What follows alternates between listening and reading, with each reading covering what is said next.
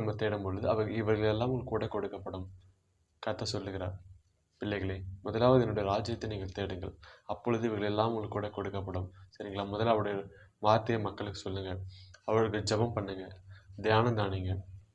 சரிங்களா? முதல்ல அவருக்கு இடம் கொடுங்கள். சரிங்களா? அப்பொழுது இவர்கள் எல்லாம் கூட கொடுக்கப்படும்.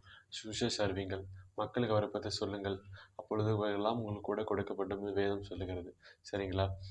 முதலாவது என்னுடைய ராஜ்யத்தை தேடுங்க, அப்பொழுது இவர்கள் எல்லாம் உங்களுக்கு கூட கொடுக்கப்படும். அப்போ நாம் அவர் முதல்ல தேடணும். அவர் தேடுகிறவர்கள் கண்டடைவீர்கள் என்று சொல்லுகிறார். சரிங்களா? அப்போ அவர் அவர் கையில் எவ்வளோ ஆசீர்வாதங்கள் இருக்குது. ஏன்னா நமக்காக சிலுவையில் மரித்து 3ஆம் நாள் உயிரோடு எழுந்தவர். சரிங்களா? அப்போ அவர் கையில் எவ்வளோ ஆசீர்வாதங்கள் இருக்குது. அதை நம்ம யூஸ் பண்ணிக்கணும். அது மக்களுக்கு சில பேர் தெரியறதில்ல. சரிங்களா?